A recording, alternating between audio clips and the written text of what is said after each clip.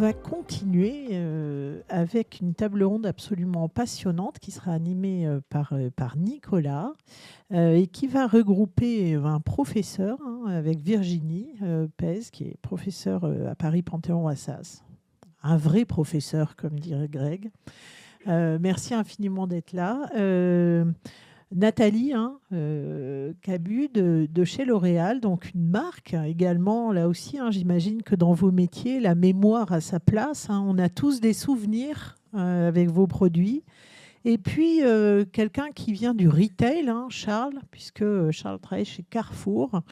Donc, on a une représentation finalement extrêmement complète de plein on va dire, de chaînes dans la de maillons dans la chaîne du marketing. Donc, merci à vous d'être ici et excellente table ronde. Merci beaucoup, Isolis. Bonjour à tous. Bonjour Nathalie, bonjour Charles, bonjour Virginie. Merci beaucoup pour votre présence. Donc, Isolis a déjà commencé les présentations. Je les fais rapidement. Donc, Virginie, vous êtes professeure agrégée, vous avez été consultante chez Bearing Point, professeur à Panthéon-Assas et à l'École Polytechnique. Le temps d'allumer tous. Bonjour et merci beaucoup pour l'invitation. Merci d'être là.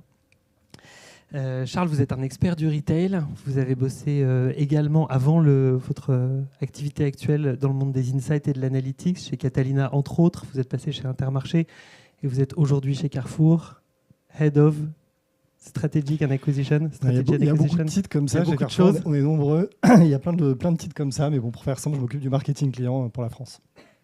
Et bonjour à tous et merci pour l'invitation aussi. Merci beaucoup. Et Nathalie, vous êtes une experte du luxe. Vous travaillez chez L'Oréal. Vous êtes passée par Yves Saint Laurent Beauté, Giorgio Armani Cosmetics. Et aujourd'hui, vous êtes Head of Digital Service chez L'Oréal. C'est bien ça. Merci aussi d'être là. Merci à vous trois. Donc, on a 30 minutes. On a probablement de quoi alimenter 1h30 ou 2 heures de discussion. Donc, je vais faire de mon mieux pour respecter le timing. Et voilà, on y va ? Alors, première question. Il y a plusieurs niveaux de challenge quand on se parle de first party data et notamment de collecte. Il y a la collecte, il y a le consentement et puis il y a la qualité des données, évidemment. Nathalie et Charles, peut-être Nathalie en premier, est-ce que vous pouvez nous raconter ce que ça veut dire pour vous ? Oui, alors bonjour à tous. D'abord, encore merci pour l'invitation. Ravie de pouvoir partager quelques insights sur ce sujet de la data chez L'Oréal et avec un angle un peu particulier grâce à mon métier. Donc pour revenir à ta question, l'avantage qu'on a chez L'Oréal, c'est qu'on a un groupe qui a 115 ans. 115 ans de connaissances. Et donc, qu'est-ce que ça veut dire en termes de data ? Ça veut dire qu'aujourd'hui, on a plus de 11 000 terabytes d'informations et de données. Donc ça fait un gros volume, comme ça dès qu'on dit terabyte, de toute façon ça fait gros. Une fois qu'on a dit ça, ce qui est important, c'est aussi de regarder notre mission, et notre mission, c'est de créer la beauté pour tous et la beauté pour chacun. Donc quand on couple ce volume de données et la mission qu'on s'est donnée, clairement le CRM, la donnée, la relation client, la connaissance client sont au cœur de nos approches. Donc ça, c'est déjà un peu sur le contexte de tout ce qu'on a et le terrain de jeu qu'on a. Les données aujourd'hui que l'on collecte et avec lesquelles on travaille sont des données qui nous permettent à la fois de travailler notre terrain d'innovation produit, donc les produits physiques, mais aussi toute la partie de la relation, des expériences que l'on va créer. Moi, je suis vraiment sur la partie beaucoup plus de nouvelles expériences et je vous expliquerai ce que sont les services. Mais c'est vraiment ultra important pour nous parce que la beauté... En fait, on est avec et bon, je vais peut-être un peu plomber l'ambiance, mais on va mourir avec notre peau, notre corps, et tout ça va évoluer. Et dans le temps, il faut qu'on l'accompagne. Et aujourd'hui, en tant que leader de la beauté, notre mission, c'est de s'assurer qu'en connaissant tous nos clients, donc ça peut être aussi bien des clients qui vont commencer avec leur première acné, pas la période la plus sympa de la vie, jusqu'au moment où, par exemple, on peut avoir une perte de cheveux où on veut, ça peut être aussi beaucoup plus léger comme son premier date et on ne sait pas exactement comment se maquiller parce qu'avec toutes les tendances qu'il y a sur TikTok, il faut commencer par quelque chose. Et c'est là où aussi le rôle de L'Oréal intervient parmi toutes ces datas. Et plus pour préciser par rapport à la question, une fois que j'ai donné un peu tout ce contexte, Moi, ce que je fais aujourd'hui et la mission que j'ai, c'est de proposer en fait des services. Alors les services, c'est quoi ? Les services, c'est d'aider nos clients à certains moments de leur parcours, donc des moments qui peuvent être purement de l'awareness. Je ne sais pas du tout par quoi commencer. Aujourd'hui, il y a une donnée importante, c'est 70% des gens qui doivent acheter un produit de beauté ne savent pas par quoi commencer. À partir du moment où vous savez ça, plus toutes les indie brands qui arrivent sur le marché, etc., ça rend le sujet de la beauté encore plus complexe pour les clients. Donc en fait, le service est clé. Le service, c'est quoi ? C'est un diagnostic, donc c'est poser des questions. C'est avoir aussi parfois de l'IA qui va aider en prenant une photo à déterminer, grâce à nos années de recherche, et donc nous on annote les photos avec des dermatos, des experts de la beauté, qui vont permettre de dire, là, quand je vois votre photo, je peux vous donner aussi bien qu'un dermato. Entre guillemets. Alors à 95% aujourd'hui, on est capable de proposer un diagnostic qui soit aussi fiable qu'un dermatologue. Donc quand on sait le temps que ça met, par exemple en France, d'avoir un rendez-vous, c'est pas mal. Donc ça, c'est le type de service qu'on peut proposer, mais ça peut être aussi des virtual try-on. Donc c'est la fitting room, la cabine d'essayage, je vois quel maquillage je peux tester, etc. Donc ça, c'est un peu une autre façon aussi d'aborder la donnée et d'aider nos clients à trouver leurs bons produits, et nous aussi à capter des informations pour mieux les cibler. J'ai adoré l'introduction de Grégoire, le côté académique, pour dire c'est pas vendre moins, mais c'est vendre mieux, et c'est vraiment notre ambition. Merci beaucoup. Charles, collecte, consentement, qualité, qu'est-ce que ça vous inspire ? Ouais, alors, donc déjà, peut-être première chose, nous, notre mission pour peut-être que vieillir moins vite, c'est d'aider les gens à mieux manger. Donc c'est ça la mission de Carrefour. Chacun très complémentaire, c'est parfait. Voilà, chacun s'enregistre. Pour parler des data et des first party data, évidemment, les retailers comme Carrefour, on est assis nous sur cette masse de données. On a 14 millions de clients actifs dans nos magasins avec leur carte de fidélité. Alors je vous ai fait un joli schéma pour expliquer peut-être simplement en fait un de nos combats nous quotidiens, qui est finalement de garder, pour nos enjeux CRM communs à tous ici, j'en suis sûr, le contact avec le client.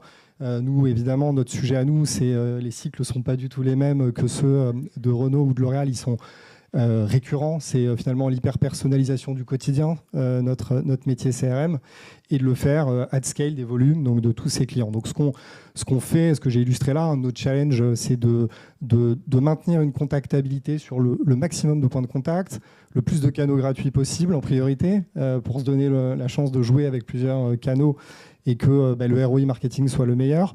Et donc pour faire ça, on a beaucoup industrialisé les parcours de jeu. Donc j'ai mis ici, bien sûr, ça se passe dans notre application en continu.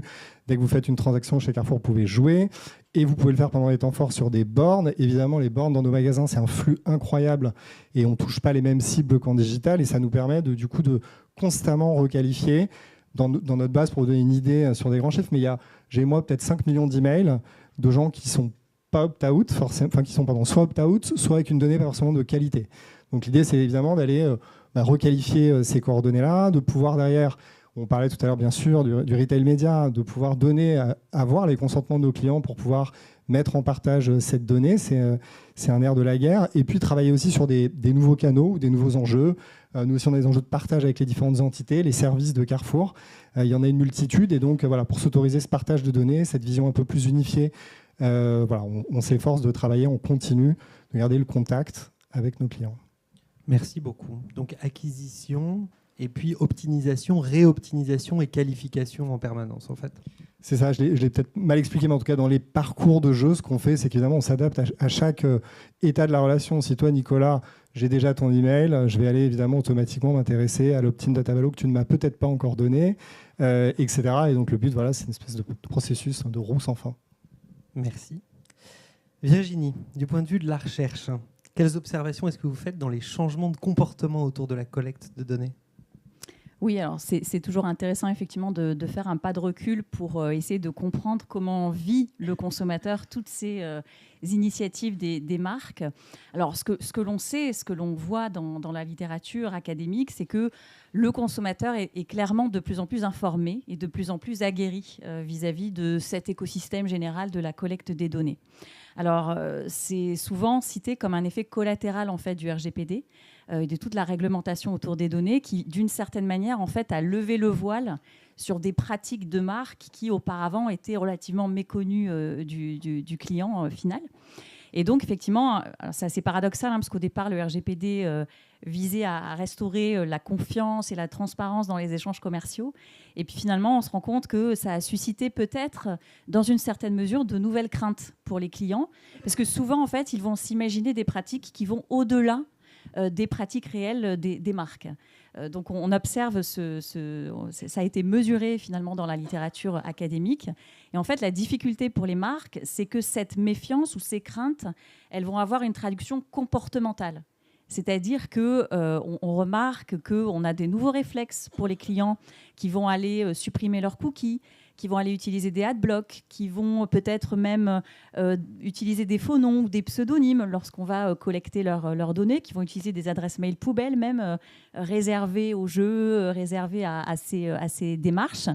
Et voilà, donc toute la clé, c'est de trouver comment on va faire pour qu'il y ait cette confiance et que le consommateur sente que ces données, elles sont utilisées, collectées et activées pour son bénéfice. Donc on a des recherches académiques intéressantes, et notamment une chercheure française qui s'appelle Caroline Lancelot, qui a beaucoup travaillé sur ces questions-là. Et en fait, une de ses conclusions, c'est de dire que tout est une question de rapport coût-bénéfice pour le client. Lorsqu'il perçoit un vrai bénéfice, lorsqu'il sent que ça a de la valeur pour lui, il va être tout à fait enclin à partager ses données de manière volontaire et sereine. Et puis, effectivement, lorsqu'il a un petit peu plus de doutes, c'est là où il va activer des comportements, par exemple, de mensonge ou de falsification de ses données. Donc, une des clés, c'est pour ça que j'aime beaucoup le discours de Nathalie et de Charles, c'est de revoir en fait ce rapport coût-bénéfice et d'essayer de voir quelle valeur on peut créer pour le client, quels bénéfices on peut activer pour assurer une donnée de qualité qui permette de créer de la valeur pour tout le monde. Merci beaucoup. Alors si on passait aux structures de données ou aux modèles de données maintenant, parce que la collecte c'est une chose, l'environnement réglementaire c'en est une autre. Les outils, on en parlera plus tard dans l'après-midi, c'est évidemment crucial. Mais vous avez dans vos industries respectives des volumes de données extrêmement différents. Pour autant, vous faites du CRM de très haute qualité tous les deux. Quid de la structure de ces données ? Comment est-ce qu'on fait pour éviter de passer son temps à faire du data crunching et de la réconciliation et de faire de l'activation et de la personnalisation ? Vas-y. Ok. Alors, nous, sur ce sujet, je dirais que ces derniers temps, on s'est beaucoup attaché à l'idée de valeur. Donc, la valeur pour nous, on parlait de ROI, bien entendu. La valeur pour le client avant tout. C'est-à-dire de se dire, quand je fais un diagnostic cheveux, qu'est-ce qui m'intéresse après d'avoir comme relation personnalisée ? Est-ce que je veux comprendre... j'ai déclaré que j'avais les cheveux bouclés.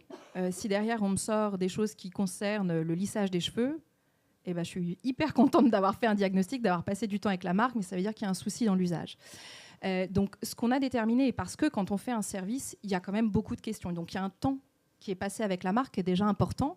Donc, l'idée, ça a été vraiment de se demander quel est le nombre d'informations qui est clé dans la relation du client. Et je reviendrai sur cet exemple de Kerastase, particulièrement intéressant. Je crois qu'on a Aurélia qui s'occupe de la marque qui est dans la salle. Heads up to you. Ce n'est que son use case.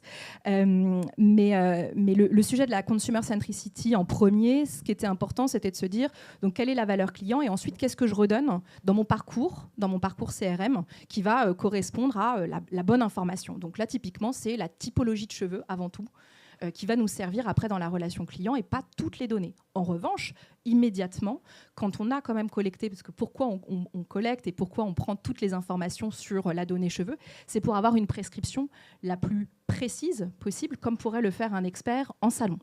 Et là, dans l'exemple que vous avez vu rapidement à l'écran, ce qui est intéressant de comprendre, c'est aussi comment on a fait évoluer ce diagnostic. Et pareil, sur la voix du consommateur, j'ai mis Consumer Centricity First.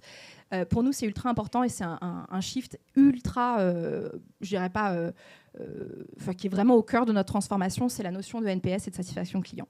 Donc là, en fait, ce qu'on a vu, c'est assez simple. Avant notre diagnostic, on déclarait un concern cheveux. En fait, ce qu'on a constaté, c'est que ce soit les femmes ou les hommes, on n'a jamais qu'un concern cheveux, mais on en a plusieurs. Donc là, ce qu'on a simplement fait, c'est qu'on a updaté le diagnostic et on a permis à nos clients de déclarer plusieurs concerns. Qu'est-ce que ça a permis en termes de valeur pour le client ? C'est d'avoir une prescription beaucoup plus précise et beaucoup plus accurate que de dire cheveux bouclés. Très bien, je te donne la gamme cheveux bouclés. Et non, en fait, parce qu'on peut avoir plusieurs éléments sur des pellicules, des choses comme ça. Et là, on arrive vraiment à un degré d'expertise et de knowledge et d'éducation qui est ultra important. Donc, dans la structuration des données, je dirais que c'est faire du choix et observer la valeur. Observer la valeur, c'est quoi? C'est tester les messages qui sont les plus importants. Et après, c'est aussi beaucoup de bon sens et d'écouter nos consommateurs en entretien et de savoir qu'est-ce qui a de l'impact pour eux. C'est d'écouter les consommateurs. Et je reviens à l'autre insight que tu as donné, qui était aussi écouter les pros, puisque là, dans le cadre de Kerastase, c'est aussi d'écouter les consommateurs, mais les coiffeurs. Voilà pour quelques exemples sur la structuration de la donnée et la valorisation qu'on peut en faire. Alors, je suis beaucoup moins inspirationnel que Nathalie. Je vais vous emmener dans la mine des data Carrefour. Voilà. Vous vous en rappellerez, c'est la meilleure slide d'aujourd'hui. Voilà, c'est cadeau. Il y a un test à la fin de la journée, donc voilà. Vous êtes prié de la prendre par cœur. Celui qui a retenu les couleurs. Donc en vrai, pourquoi je vous ai montré ça? C'est parce que donc on a, et c'est pas nouveau, beaucoup de données, on l'a dit. Nous, côté marketing, en fait, moi je suis arrivé il y a 4-5 ans chez Carrefour. Et en fait, mon message, normalement, c'était, mais c'est l'enfer. Mes équipes me disaient, mais telle data, on l'a pas. Ok, mais vous l'aurez quand? Vous allez faire comment pour l'avoir? Tout avait l'air si compliqué. Ça, c'est l'intérieur, tout est compliqué. Mais du coup, on s'est dit, OK, il y a un moment donné, il faut qu'on écrive le modèle dont on a besoin, nous. Il y avait cette convergence des données dans GCP et c'était super. On sentait que c'était la bonne trajectoire, mais ça ne nous revenait pas à nous, marketeurs. Et donc, on s'est dit, moi, j'avais ce terme de référentiel client augmenté. Je voulais qu'autour de chacun de mes clients, j'ai cette vision de toutes les variables que j'allais pouvoir activer en personnalisation pour nourrir la relation. Donc, j'ai des équipes fantastiques qui ont bossé de manière très scrupuleuse. Et ensuite, on a embarqué un projet de transformation dans lequel on a embarqué avec nous, bien sûr, les équipes tech, IT, etc., pour qu'elles nous designent en fait, ce modèle. Donc, on peut passer sur cette horrible slide. Donc ça, c'est le back. Après, il y a finalement, quand on est au milieu du game, donc sur l'écosystème technologique qui est sous-jacent, vous retrouvez en rose donc ce fameux référentiel qui a augmenté. Il est globalement dans Google. Et après, il y a des histoires d'interaction avec les gens autour de nous et nos outils. Donc, premier, c'est nos collègues de l'Analytics Factory qui nous produisent plein de scores, plein d'algorithmes de personnalisation. L'idée, c'était que sur les données clients, notre ownership leur serve aussi. Donc, en fait, qu'on mutualise ces données. Et puis après, il y avait l'accessibilité de la donnée et le fait de la passer dans les outils de marketing automation. Donc là, nous, on s'est équipé d'une CDP. On a eu beaucoup de discussions sur les modèles de données, les architectures, avec un enjeu qui était le no-copy. On a fait une partie du chemin, mais on n'y est pas encore totalement. L'idée, c'est quoi? Je ne sais pas si c'est très compliqué ce que je raconte, mais c'est que finalement, la donnée qui est dans ce modèle qu'on a designé nous, elle circule presque de manière native et que quand on génère une donnée en marketing automation, elle revient dans le modèle. Donc ça, c'est pour l'activation. Et puis au-dessus, il y a la consultation. Et je vais vous montrer en 2 secondes un truc beaucoup moins chiant.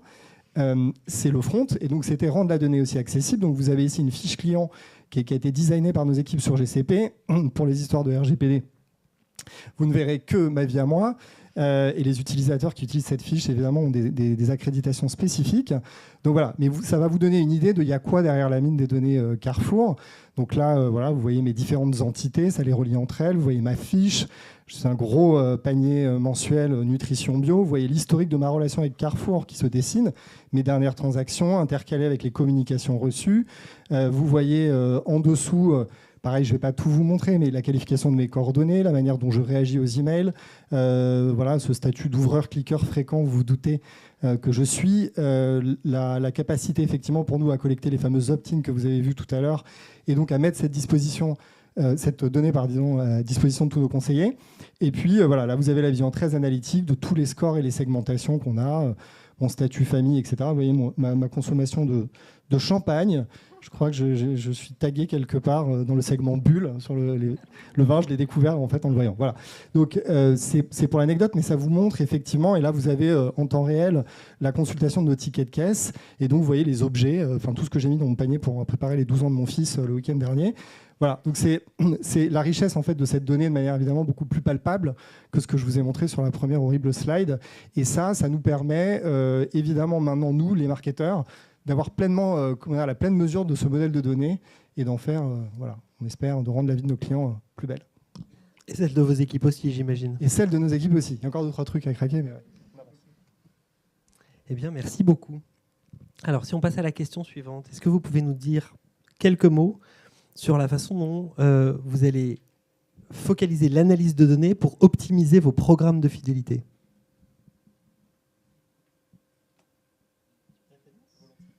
Alors, moi, je ne suis pas en charge directement des programmes de fidélité. Donc, moi, mon objectif en tant qu'entité service, c'est de donner, en revanche, un certain nombre d'informations à nos marques pour qu'ils puissent leverager un petit peu plus, justement, cette dimension de rétention.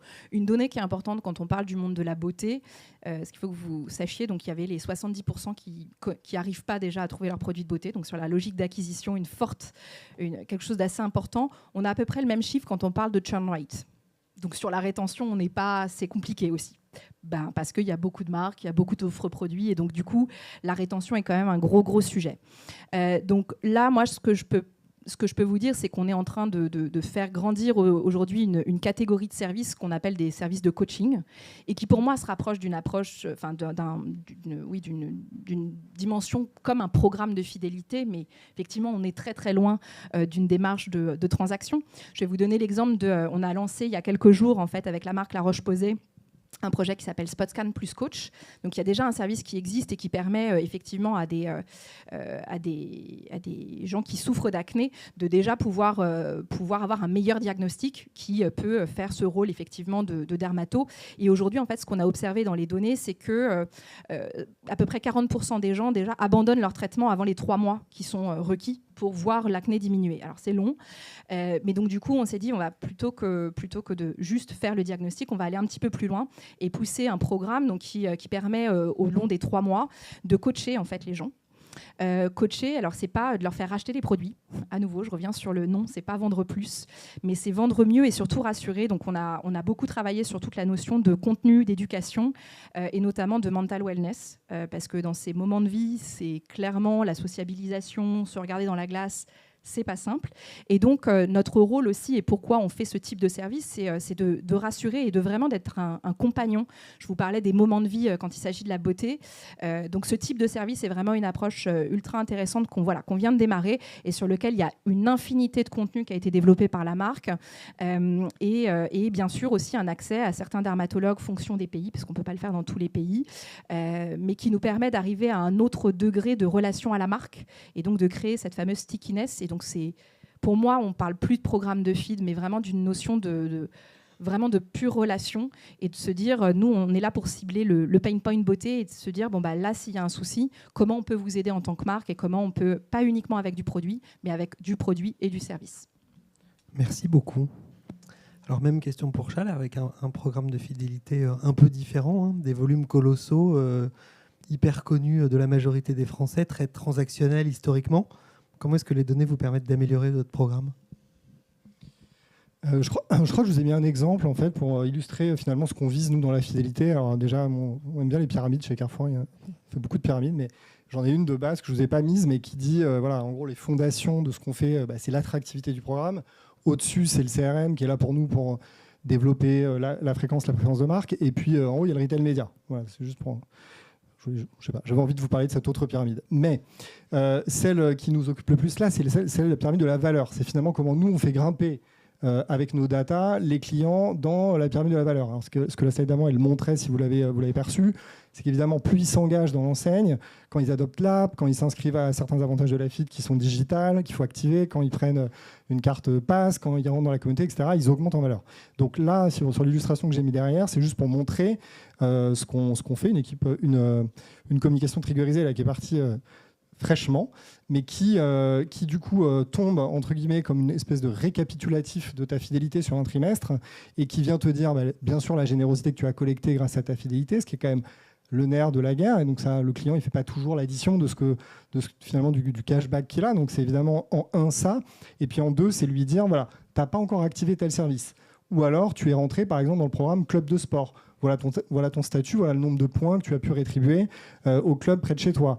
Tu n'as pas encore pris d'assurance chien-chat, mais évidemment, nous savons par rapport aux variables que je vous ai montrées tout à l'heure que le client a bien un chien, un chat, etc., qui est éligible à ce produit. Et puis après, sur notre mission du mieux manger, vous avez ce que vous voyez assez mal ici, mais des suggestions de produits alternatifs pour manger plus sain. Donc là, on est plus au cœur de la mission d'enseigne et puis de cette deuxième jambe finalement qui est la dimension, je pense que tu vas en reparler, mais plus émotionnelle, affective, préférentielle, où on a une mission autre, évidemment, que de vendre plein de produits. Donc, ce qui réunit au fond ce que vous racontez, c'est clairement s'éloigner avec des historiques différents du transactionnel, créer plus de valeur et aussi à apporter, si j'osais, je dirais presque un service gratuit, dans le sens où c'est de la création de valeur bien au-delà du transactionnel. C'est ça que vous faites. Oui, j'ai juste un commentaire sur un KPI, je ne l'ai pas commenté, mais ça faisait quoi ce que tu disais tout à l'heure. Nous, maintenant, depuis 4 ans, le premier KPI CRM de mes équipes sur toutes les communications, c'est le NPS. On regarde le NPS avant l'ouverture, le clic, etc. quoi. Voilà. Merci beaucoup. Alors, un petit éclairage académique là-dessus. Les éléments de la fidélité, historiquement, si on est très manichéen, on va se parler de transactionnel versus inspirationnel. Vous pouvez nous en dire un petit peu plus ? Oui, c'est vrai qu'effectivement, on reconnaît finalement, on devine dans les discours de Nathalie et Charles la manière dont nous, côté académique, on va conceptualiser la fidélité. C'est vrai que souvent, on considère la fidélité comme un tout et on va catégoriser un peu de façon binaire, fidèle, pas fidèle ou un peu beaucoup passionnément. Et en fait, si on se penche sur les recherches académiques, on se rend compte que finalement, la fidélité, elle est polymorphe. Il y a plusieurs formes de fidélité, et notamment, on distingue la fidélité comportementale et la fidélité attitudinale. Donc la fidélité comportementale, c'est vraiment la fidélité classique du comportement d'achat. Donc on va la mesurer avec des indicateurs transactionnels. C'est ce que la plupart des entreprises font lorsqu'elles vont regarder les factures moyennes, les dépenses, etc. Cette fidélité, elle est évidemment capitale, mais souvent, ça vaut le coup de regarder également la fidélité attitudinale, c'est-à-dire c'est une fidélité un peu plus noble, entre guillemets, au sens où c'est une fidélité psychologique qui porte sur l'affect, et c'est finalement une attitude générale, un état d'esprit positif envers l'enseigne. Et c'est vrai que, alors on a des auteurs, Dick et Bazou notamment, qui nous ont proposé une typologie en 1994, mais qu'on utilise toujours et qu'on présente encore aujourd'hui aux étudiants. En fait, ils expliquent, ces auteurs, que la vraie fidélité, c'est le comportement plus l'attitude. Et si on a juste le comportement, on a une fidélité qui est fragile. On a une fausse fidélité d'une certaine manière. Et finalement, si le marché est bouleversé, s'il y a un nouvel acteur qui rentre dans le marché, par exemple, et qui apporte plus de valeur, le consommateur n'aura aucun scrupule à en changer. Donc c'est une fidélité qui est fragile. Ils appellent ça la fausse fidélité. Si on n'a que l'attitude, c'est pas terrible non plus. Alors on l'a parfois sur certaines typologies de produits, notamment les produits de luxe. On peut très bien avoir un affect, un état d'esprit très positif envers une marque que l'on n'achète pas pour plein de raisons différentes. Peut-être une marque de voiture de luxe, un sac de luxe. Mais pour autant, on est important pour la marque parce qu'on va potentiellement liker les posts sur les réseaux sociaux, faire partie de la communauté des clients sur les réseaux sociaux. Donc on va participer au charisme de la marque, à son aura. Et donc, on a une valeur importante aussi. Et cela, les auteurs l'appellent les fidèles latents, en devenir. Et pour ces auteurs, en tout cas, la vraie fidélité, c'est vraiment l'attitude et le comportement. Donc, on le retrouve beaucoup dans les discours de Charles et Nathalie, où on voit effectivement qu'on ne va pas seulement proposer la transaction, mais on va essayer d'aller au-delà avec notamment des bénéfices émotionnels. Merci beaucoup pour cet éclairage. Donc, vous parliez de fidélité plus noble, c'est très joli. Donc, noblesse oblige. Comment est-ce que vous mettez ça en œuvre, Charles ? Nous, alors, pour le décrire de manière assez simple, notre programme de fidélité, on a quand même une ambition, c'est qu'ils nourrissent. On essaie de concilier 3 trucs. On essaie de concilier, bien sûr, le cashback, qui est un moteur de faire revenir, et donc ça, on a bien parlé. On essaye également, finalement, d'être cohérent avec notre mission d'enseigne. Donc, en fait, il doit incarner notre capacité à amener le mieux manger à la portée de tous, de rendre accessible le mieux manger. Donc, pour ceux qui connaissent, j'espère que vous avez tous la carte de fidélité Carrefour. Promis, je n'irai pas voir évidemment qui fait quoi. Mais en tout cas, on a derrière évidemment l'ambition de se dire que on doit porter, c'est une responsabilité, c'est la nôtre en tout cas sociétale, ce sujet du mieux manger et de le mettre à la portée du portefeuille du client. Et puis après, effectivement, il y a cette, vous avez vu en haut de la pyramide, il y avait la communauté de clients. Et là, finalement, on rattrape peut-être ce que des marques comme L'Oréal savent faire à la perfection, c'est créer ce lien beaucoup plus émotionnel et finalement que les clients soient amenés à venir vivre aussi dans nos magasins demain des expériences qui dépassent le cadre de qui ils sont en tant que shoppers. Pour illustrer ça, 2 exemples. Bien évidemment, s'il y a des passionnés de cuisine demain, quoi de mieux que finalement de retrouver des gens qui partagent les mêmes affinités que moi autour de la cuisine et de partager mes meilleurs tips culinaires avec un chef de rayon qui a lui-même la passion de lever les filets, etc., de poissons. Et puis, voilà, si par exemple je détecte chez un consommateur une appétence, je sais pas, pour les livres pour enfants, quoi de mieux que de le rendre, enfin de lui faire connaître, pardon, les opérations lecture qu'il y a aussi dans nos magasins pour réapprendre voilà, le goût de la lecture aux enfants. Donc, à nous d'aller percer, je dirais, en complément de bien sûr, de cette masse de données transactionnelles, voilà, ce qui est derrière chaque citoyen ou chaque individu. Merci beaucoup. Et chez vous, Nathalie, alors, cette préférence de marque, elle va s'incarner comment ? Alors, sous différents aspects, mais il y avait un exemple que j'avais envie de partager qui est ultra intéressant et c'est l'avantage de travailler au corporate, parce que j'ai du coup tous ces exemples de marques, mais pour ceux qui auraient suivi, un exemple très intéressant des filtres de maquillage qui sont disponibles sur Teams, donc qui est un outil de travail. Donc pour nous, c'est devenu un nouveau touchpoint. Et en fait, la démarche, bien entendu, sur Teams, vous n'allez pas faire des transactions et c'est pas de vendre des produits, parce qu'on n'est pas là pour ça, on est là pour faire des meetings. En revanche, ce qu'on a observé, c'est qu'après le Covid, meeting fatigue, il y a des fois, quand fonction de sociétés dans lesquelles on travaille, on a des calls super tôt ou super tard. Honnêtement, moi, perso, je ne suis pas toujours au top parfaitement maquillée. Et cet outil est intéressant pour ça, parce qu'en fait, l'idée, c'était d'être simplement le compagnon et donner un petit coup de boost quand on se dit « Oh, tiens, j'ai une petite mauvaise mine aujourd'hui, puis j'ai envie d'autre chose. » Et en fait, dans les récentes études qu'on a menées sur ce produit avec nos consommateurs, ce qui est ultra intéressant, c'est ce qu'ils en disent eux, plutôt que moi, ce que je vous en dis. C'est que, en fait, c'est réellement perçu comme ça. C'est que tout d'un coup, la marque est devenue vraiment un compagnon de confiance. Et il nous est arrivé d'avoir des témoignages assez bouleversants de gens qui disaient moi, en fait, là, je suis très malade, je ne souhaite pas être vue comme ça en caméra. Et donc, en fait, sans cet outil, aujourd'hui, je ne ferai pas mes calls avec la caméra. Donc, bien entendu, on ne touche pas que des cas extrêmes, mais c'est ultra intéressant de voir à quel point, tout d'un coup, la marque, grâce à ses services, peut être un créateur de connecteurs et d'émotions, de vecteurs d'autres valeurs et sans forcément derrière chercher à vendre. Donc cette notion noble est aussi ultra importante dans la démarche, là, dans le cadre de Maybelline, avec ce partenariat avec Microsoft Teams, par exemple. Merci infiniment. Alors, une dernière question pour Virginie avant de passer au Q&A. On sent cette tension entre la préférence de marque, l'aspirationnel et puis les besoins naturels qu'on a tous de repurchase, de comportement. Il y a un enjeu de crédibilité aussi en fonction du positionnement de chacune des marques. Qu'est-ce que l'éclairage académique a à nous dire là-dessus ?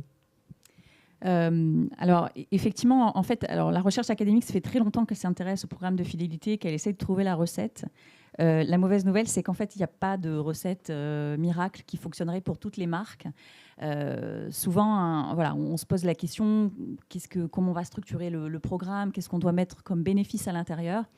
Et en fait, je crois que le mot d'ordre important, c'est la notion d'alignement et de cohérence entre les objectifs de la marque, les attentes de ses clients, mais aussi son image à cette marque. Et effectivement, on a pu conduire un certain nombre de recherches, notamment avec Aïda Mimouni, qui est une chercheuse de l'université de Cergy-Pontoise qui s'intéresse à ces questions. Et en fait, on a réussi à montrer qu'en fonction de l'image de la marque, ce n'étaient pas les mêmes bénéfices qui étaient efficaces derrière. Quand on est une marque vraiment, on va dire, fonctionnelle, c'est-à-dire qui va répondre à un besoin concret, très pratique, immédiat, ce sont plutôt les bénéfices monétaires, le cashback, effectivement, qui vont être attendus et qui vont fonctionner, qui vont réussir à activer des comportements. Alors que quand on est une marque plus symbolique, plus aspirationnelle, où on va véhiculer des valeurs de prestige, des valeurs de communauté, là, on peut aller sur des bénéfices beaucoup plus en lien avec le symbolique, le sentiment d'appartenance, la fierté de faire partie des clients de la marque, etc. Et donc, le mot d'ordre, c'est vraiment l'alignement, la cohérence entre les objectifs, l'image de marque, les attentes des clients et la structure et les bénéfices du programme. Merci beaucoup. Merci à vous trois. Avant de clôturer cette session, est-ce qu'il y a des questions, soit dans la salle, soit dans le chat pour toute l'audience qui est en streaming ?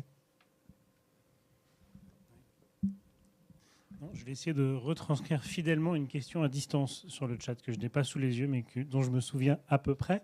Alors Il est très fort parce que la question fait 28 lignes. Donc, j'ai retenu le message clé à peu près. Je crois que c'est toi, Virginie, qui avait mentionné un effet d'apprentissage des consommateurs et donc des gains de maturité sur l'univers du data marketing et une sensibilisation croissante des consommateurs. Est-ce que Nathalie et Charles, vous avez observé pareil une sorte d'effet d'apprentissage positif du consommateur quant au niveau de service au niveau où la qualité d'expérience à laquelle on peut s'attendre compte tenu de cette donnée first party que vous collectez et comment s'en assurer, avec quel type de métriques et dans quel type d'environnement. Est-ce qu'il s'agit d'environnements où le consommateur doit se loguer, par exemple, dans des logiques de recommandation, de personnalisation, ou est-ce que ça peut se faire aussi dans des environnements non logués? Et le cas échéant, comment ça se mesure la pertinence ou la valeur que le consommateur perçoit? Voilà. Je ne sais pas si j'ai bien compris la question. Je vais faire comme si j'avais compris. Donc du coup, non, j'allais dire, dans le service que nous on rend aux clients, tout simplement en répondant, par toutes nos communications CRM, en alimentant le client avec les offres qui sont pertinentes, on espère pour lui dans la semaine, etc. Et je reviens sur la notion de NPS. En fait, nous, le NPS, c'est là où il nous a vachement aidé, en fait.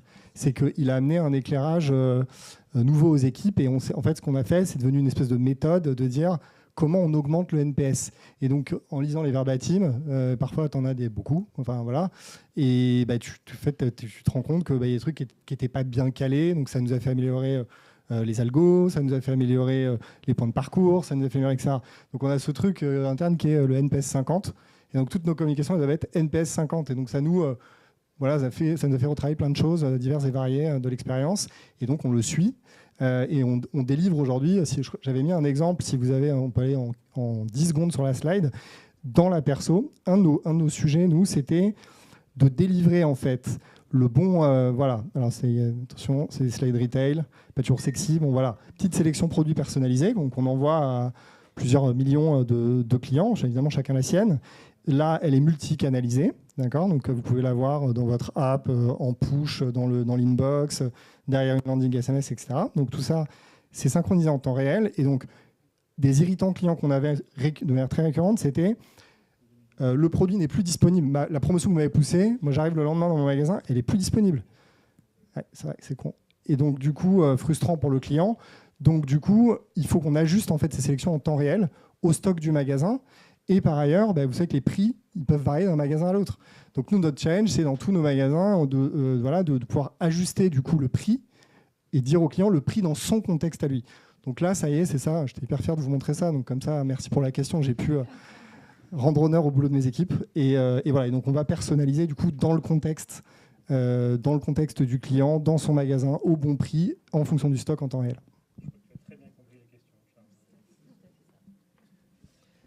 Moi, je vais simplement faire écho. Le NPS est devenu ma monnaie et la monnaie de toutes mes équipes. C'est-à-dire que c'est le KPI que je leur demande de regarder. Alors, pas en premier, mais parce qu'on a tout un tas, on a le taux de complétion, voilà. Mais aujourd'hui, c'est ce qui nous a permis de faire pivoter la satisfaction de nos clients sur l'ensemble de nos services. Donc aujourd'hui, on a un portefeuille d'une dizaine de services et en fait, on le regarde comme une market share. En termes de changement pour les équipes, sur la façon de bosser, sur la façon de communiquer auprès de nos marques, c'est critique. Et c'est aujourd'hui ce qui nous permet de piloter donc, vraiment de toutes nos roadmaps. C'est-à-dire que tous nos PI planning, toutes nos questions, c'est avant tout, est-ce que c'est une demande du client ? Ça ne veut pas dire qu'on n'écoute pas les autres demandes des marques, mais c'est d'abord, on est drivé par ça. Et en fait, c'est les mêmes choses. Hein. C'est que quand moi, mes équipes me disent, c'est bon, j'ai augmenté de 5 points. Et parfois, on voit, quand il y a des chutes, tout d'un coup, en une semaine, on voit, on est à moins 22. Oulala, c'est qu'il y a un problème et potentiellement un problème technique. Ça nous permet aussi, en termes de reliability de l'expérience, c'est pas que sur des features, des choses comme ça, d'être aussi réactifs que peuvent l'être aussi les équipes tech. Donc, pour moi, effectivement, aujourd'hui, la satisfaction client et s'il y avait une chose à retenir, en tout cas dans nos pivots chez L'Oréal et pour mon sujet, c'est le NPS, effectivement. Eh bien, merci infiniment. Merci Nathalie, merci Charles, merci Virginie. Merci pour tous vos insights. Merci. C'était passionnant. Merci beaucoup. C'est clair, un immense merci à tous les quatre. Moi, je me suis régalée, je suis sûre que c'était aussi votre cas. Bon, alors, on va passer sans transition du segment bulle de Charles à la sobriété au CRM.